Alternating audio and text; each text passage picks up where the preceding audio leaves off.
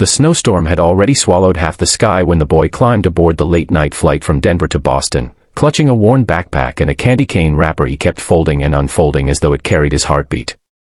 The passengers were exhausted, anxious to get home before Christmas morning, but none looked as hollow as the suited men in seat 14A, the one whose expensive watch glimmered like a reminder of everything time had taken from him.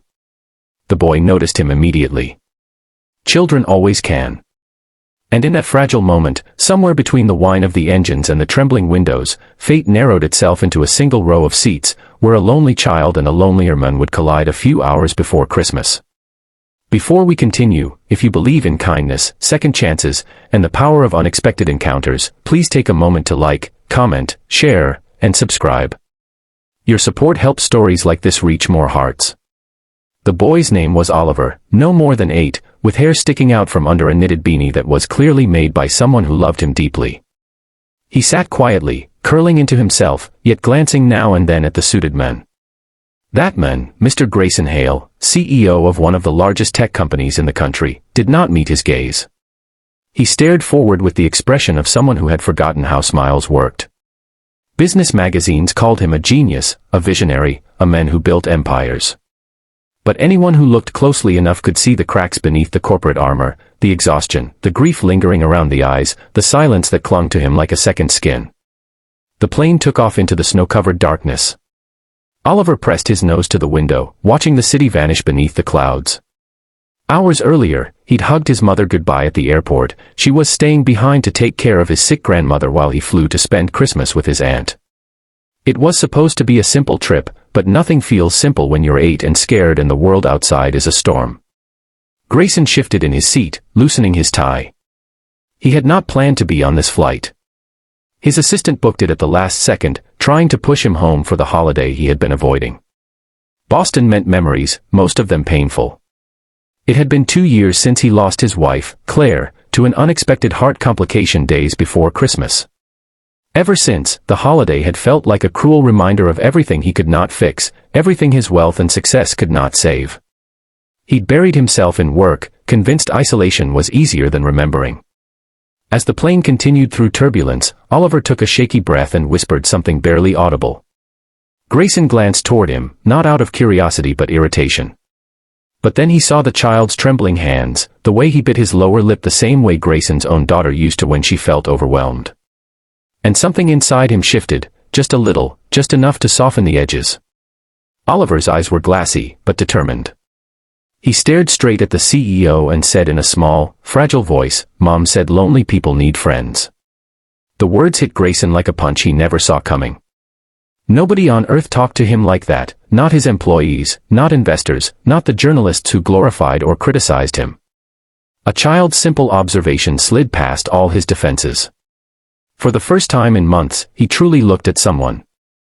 And for the first time in even longer, someone saw him. The flight attendants dimmed the cabin lights. Snow thrashed outside. Oliver spoke softly, explaining that he was traveling alone for the first time and didn't like turbulence.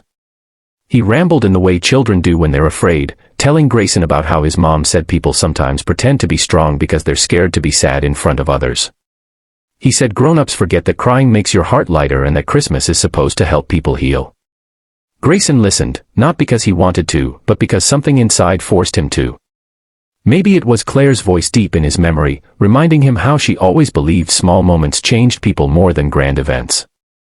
Maybe it was simply that Oliver's presence made the plane feel less like a prison and more like a pause in the chaos of life. The plane shook violently. Oliver gripped the armrest, eyes squeezed shut. Without thinking, Grayson placed a steady hand over the boy's trembling fingers. The contact startled them both. But Oliver's breathing leveled a little, and in that moment, the storm inside Grayson felt a shade calmer too. Minutes turned into an hour as they talked, well, more accurately, as Oliver talked and Grayson listened. The boy spoke about his mother, about how she worked 2 jobs and still made time to read him stories. He talked about his grandmother's condition and how his aunt had promised to make the best Christmas pancakes in America. He talked about simple things, painful things, beautiful things, in the way only a child could, without overthinking, without walls, without fear. The more Oliver talked, the more Grayson felt something thaw inside him. He found himself telling the boy about Claire, How she used to bake gingerbread cookies and burn every second batch. How she wrote silly notes and stuck them on his coffee mug. How she told him that a life without love wasn't a life at all. The words spilled out unexpectedly, almost uncontrollably, like a dam breaking. Oliver listened with wide, kind eyes. "Maybe she's proud you're talking about her again," the boy whispered at one point. "Sometimes people go away, but they leave warm things behind." Those words cracked something open in Grayson. A quiet grief he had held buried for 2 years rose to the surface, raw, trembling, real. He looked at Oliver and felt an ache, but not the suffocating kind he'd grown used to. This was different. This felt like remembering how to breathe again. By the time the captain announced they'd have to circle due to the storm, half the plane was asleep, but Oliver and Grayson remained awake, watching the sky glow with distant lightning. Oliver eventually fell asleep on Grayson's shoulder, exhausted but peaceful. Grayson didn't move. He realized he hadn't felt someone rest against him since the day Claire died. When the plane finally made an emergency stop in a small airport in Ohio due to worsening weather, passengers groaned in frustration. But Oliver simply blinked awake, stretched, and said, "It's okay. Sometimes you don't get where you want fast, but you get there safe." Grayson looked at him, stunned by the simplicity and wisdom wrapped inside a child's heart. The airline arranged hotel rooms for passengers. Families rushed off together, but Oliver stood alone in the cold corridor, shivering. Grayson felt panic rise. The boy was too small, too delicate to be wandering through a crowded airport alone on Christmas Eve. And something deep inside him refused to walk away. He approached the airline staff and made sure Oliver stayed with him. He called the boy's mother, who answered nervously. She recognized Grayson's voice, not as a CEO, but as the stranger who had protected her son on a stormy flight.